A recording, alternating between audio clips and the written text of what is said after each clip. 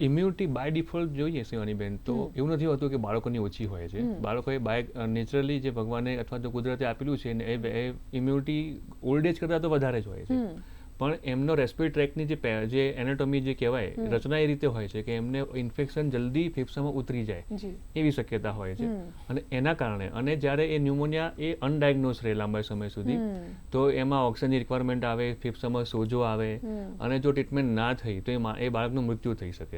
અને એટલા માટે 5 વર્ષથી નીચેના બાળકો માટે વર્લ્ડ લેવલે સૌથી વધારે વેક્સિનનું ઇમ્પોર્ટન્સ છે.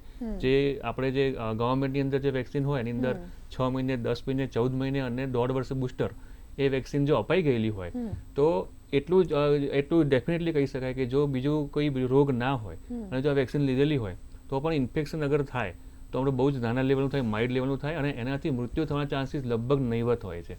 એટલે એ છે ઇમ્પોર્ટન્સ 5 વર્ષથી ઓછા બાળકોમાં વેક્સિનેશનનું ઇમ્પોર્ટન્સ.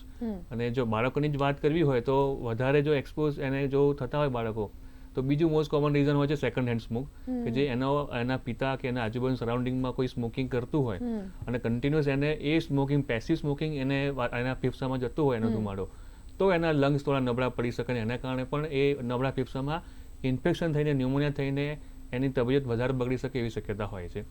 પણ જો ઇમ્યુનિટીની વાત છે તો ઓલ્ડ એજ કરતાં તો બાળકોની વધારે સારી હોય છે. બાકી ઇમ્યુનિટી માટે જોવો હોય તો આપણા જે 50 વર્ષની ઉપરના વૃદ્ધો અને જેને કોઈ રોગ છે ઇવન યંગ એજમાં પણ જો જે વધારે પડતું પેલું ઓબેસ હોય 150 કિલો વજન હોય, 120 કિલો હોય વજન તો એ ભલે 40 વર્ષનો જ હોય તો પણ એની ઇમ્યુનિટી ઓછી ઘણી આપણે કન્સિડર કરી શકાય. તો એવી જ રીતે એવા ઇન્ડિવિજ્યુઅલોએ પણ ખાસ વેક્સિન લેવી જરૂરી બને છે સમયસર.